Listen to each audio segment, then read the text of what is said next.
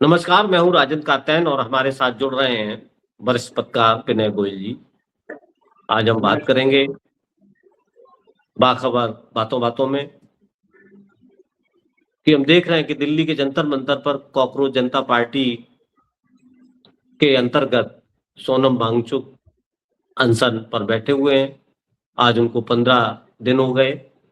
20 जून को वो बैठे थे और अब उनकी स्वास्थ्य में भी गिरावट आ रही है। उनका वजन लगभग 8 किलो यानी 7.8 केजी, लगभग 8 किलो उनका वजन कम हो गया है। उनको हम देख रहे हैं, वीडियोज़ देख रहे हैं तो काफ़ी वो कमज़ोर भी हो गए और उनकी हालत नाज़ुक होती चली जा रही है।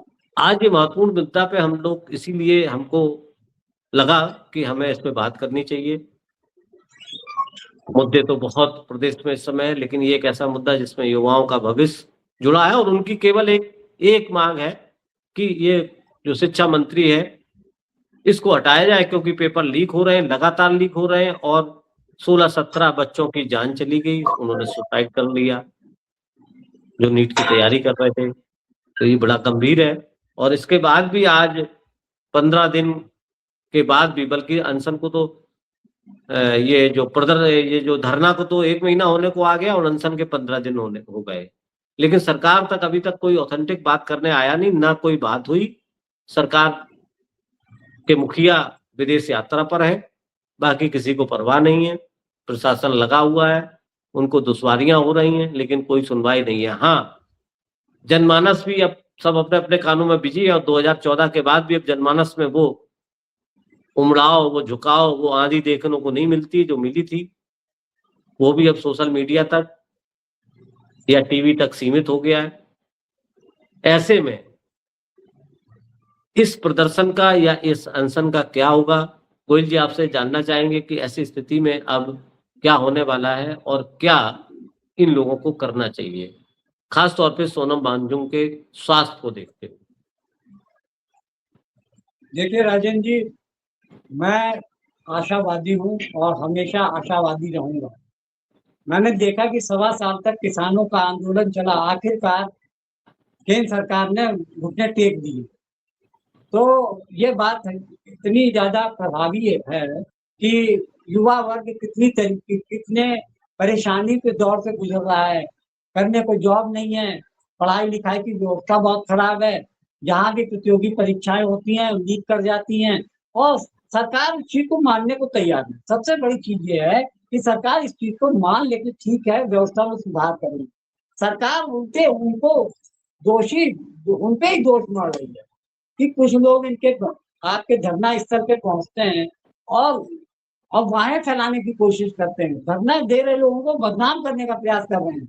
इसमें संघ के लोग भी होते हैं, भारतीय जनता पार्टी के लोग भी होते हैं और जो गोदी मीडिया के यूट्यूबर्स होते हैं, इनकी अच्छी खासी संख्या है, रोज़ पहुँचते हैं वहाँ पर और माइक लगा कर ये पूछते हैं कि आपके पास फंड कहाँ से आ रहा है? अरे तुम इनका फंड पूछ रहे हो, कभी भारतीय जनता पार्टी का फंड पूछा कहाँ से आ रहा है? हैं?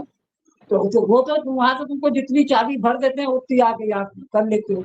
लेकिन मुझे इस बात की बड़ी खुशी है कि लोग अब धीरे-धीरे इनसे जुड़ते चले जा रहे हैं। ये देखा कि राजनीतिक दल भी अब इनसे जुड़ना शुरू हो गए। आज सुनने में आ रहा है कि अखिलेश यादव ने भी पैगाम भिजवाया है अपने एक सांसद के ज़रिए कि हमारा आपको पूरा समर्थन है।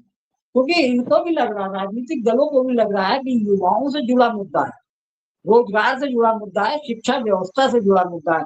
तो ये सब चीज़ें युवाओं को प्रभावित करती हैं और आने वाले 6 महीने के बाद यूपी में चुनाव होने वाला है। उस चुनाव को मद्देनज़र रखते हुए पार्टियाँ सब उनको वहाँ पर धीरे-धीरे अपना आगे समर्थन देते जा रहे हैं। जैसे कि टीएमसी की महुआ मोइत्रा वहाँ पहुँची, सीपीएम की बृंदा करात भी पहुँची। तो इस तरीके से सोशल मीडिया पे खूब चर्चा है, मेन मीडिया में चर्चा हो या ना हो, लेकिन आज के समय में मैंने देखा है कि सोशल मीडिया ज़्यादा प्रभावी है, बल्कि जो टीवी चैनल्स हैं, उसकी न्यूज़ पे लोग कम विश्वास करते हैं। आपका सोशल मीडिया ट्विटर है और यूट्यूबर हैं, जो कि काफ़ी अच्छी तरीके से इस मामले को उठा रहे हैं। बहुत सारे पुराने दिग्गज पत्रकार हैं, जो कि अपना यूट्यूब चैनल चला रहे हैं और सही मुद्दों को उठा के जनता के सामने सही तथ्यों के साथ रखने का पूरा प्रयास कर रहे हैं। मुझे लग रहा है कि देर ही सही, देर लगेगी लेकिन सरकार को युवाओं की मांग का सम्मान करना पड़ेगा।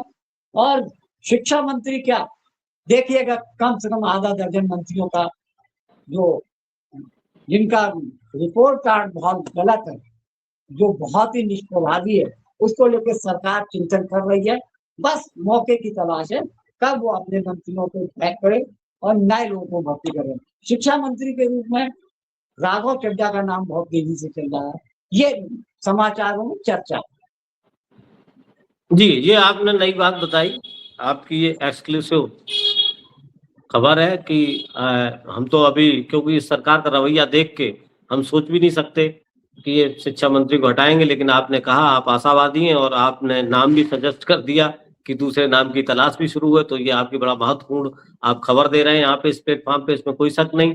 हम तो कहते हैं कि ऐसा हो, कम से कम कॉकरोच जनता पार्टी या उन छात्रों की कम से कम मांग पूरी हो, क्योंकि लेकिन जो इस सरकार का इतिहास रहा है कि 700 किसानों की जान चली गई थी, लेकिन सरकार बिल्कुल बाद में जाके जागी, जब देखा कि सारे बस उनके खत्म हो गए, कभी उनको खालिस्तानी कह देना, आतंकवादी कह देना और बहुत धनाढ़ और पैसे वाले कह देना और तरह तरह से बदनाम करने के बाद जब किसी तरह से वो नहीं हटे और इतने किसानों की जान चली गई, तब इस सरकार ने घुटने टेके और फिर उस चीज को माना और वापस लिया। तो अब दोबारा ये घटना ना दोहराई जाए, ये हमारे देश का भविष्य है, छोटे छोटे बच्चे हैं, युवा हैं, इनके साथ ऐसी घटना ना हो। मैं इस बात को लेके एक नागरिक होने के नाते वाकई चिंतित हूँ गोयल जी। तो बात वही है कि आपने जो एक चीज बताई कि ये ऐसा हो सकता है कि ये हटा दें, लेकिन आप इस पे बताइए कि क्या सोनम वांगचुक को अब अपना अनशन उससे पहले तोड़ देना चाहिए या 20 जुलाई का इंतजार करना चाहिए, क्योंकि 20 जुलाई को इन्होंने ऐलान किया है कि हम वहां संसद तक शांतिपूर्ण ढंग से मार्च करेंगे। तो उस पे आप क्या कहना चाहेंगे, आपका क्या मत है? देखिए, सोनम वांगचुक देश के लिए एक उपलब्धि है, एक देश के जाने माने पर्यावरणविद हैं और वैज्ञानिक हैं। उनकी जान की सुरक्षा को हमें पहले ध्यान रखना चाहिए। ये निश्चित तौर पे उन्होंने जो साहसिक कदम उठाया है, इतने दिनों से अपनी जान हथेली पे रखकर वो आमरण अनशन पे बैठे हुए हैं। हम लोग को ये उम्मीद करनी चाहिए कि सोनम वांगचुक आमरण अनशन छोड़कर अपनी सेहत को ध्यान में रखते हुए, क्योंकि उनकी वैल्यू हमें मालूम है, एक धर्मेंद्र प्रधान की कीमत पे हम उनको कुर्बान नहीं कर सकते। सोनम वांगचुक देश की संपत्ति है, देश की धरोहर है और उनके स्वास्थ्य को लेकर धरना पे जो लोग मुख्य रूप से सक्रिय हैं, उनको सोचना चाहिए कि ऐसे व्यक्ति को हम उनकी जान की बाजी लगाकर हम धर्मेंद्र प्रधान के इस्तीफे को साइड में रखते हुए उनकी जान की कीमत को हमें पहचानना चाहिए। और दूसरी चीज, आप ये समझिए कि इस सरकार में जो भी मंत्री है वो एक कठपुतली मंत्री है। कोई भी चीज कोई मंत्री अपने तरीके से नहीं कर सकता, चाहे धर्मेंद्र प्रधान हो, चाहे निर्मला सीतारमण हो, चाहे राजनाथ सिंह हो, चाहे वो विदेश मंत्री जयशंकर हो।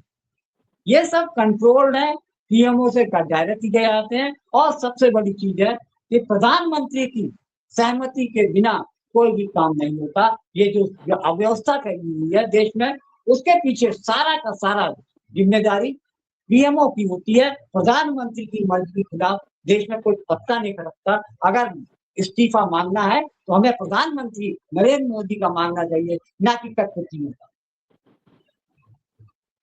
जी, जी, बहुत-बहुत धन्यवाद। आपने सही बात तो आपने कही कि मेरा भी मत यही है कि सोनम वांगचुक को अब उनकी जान ज़्यादा इम्पोर्टेंट है और उनको अब अपना अनशन तोड़ देना चाहिए या वहाँ बैठे लोगों को जो ज़िम्मेदार हैं उनको तुड़वा देना चाहिए। ये वक़्त आ गया है, क्योंकि बिल्कुल आपने सही कहा कि सोनम वांगचुक का रहना हमारे लिए ज़्यादा इम्पोर्टेंट है।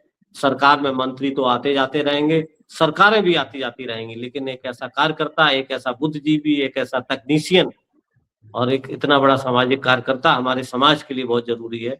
और रही बात आंदोलन की, तो अब इन छात्रों को भी आंदोलन जारी रखना चाहिए, नए-नए तरीके और डेवलप करने चाहिए कि कैसे पारंपरिक तरीके छोड़ के कैसे सरकार के खिलाफ जागरूकता लाएँ, कैसे इन चीज़ों को आगे बढ़ाएँ कि हमारी माँग सही है। तो आजकल मीडिया का दौर है, सोशल मीडिया का दौर है, नए नए तरीके, जैसे एक दिन में जब इतनी बड़ी लोग इकट्ठे हो सकते हैं, एक कॉकरोच पार्टी बन सकती है, तो आगे भी और तरीके ईजाद हो सकते हैं। भूख हड़ताल और जान देने से अच्छा है कि और तरीकों पे विचार करना चाहिए, विरोध जारी रहना चाहिए, इसमें कोई शक नहीं, क्योंकि जाने गई हैं, पेपर लीक हुए हैं, सरकार रोकने में सक्षम नहीं रही है, फेल हुई है। बहुत बहुत धन्यवाद गोविंद जी, आप आए। आज के लिए इतना ही, कल फिर अन्य मसले पे बात करेंगे, तब तक के लिए बहुत बहुत धन्यवाद।